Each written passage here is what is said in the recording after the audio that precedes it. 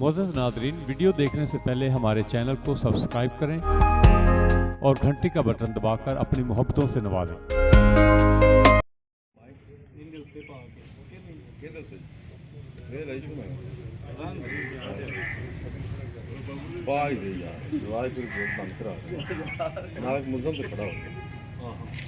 कड़ी ले आ चाचा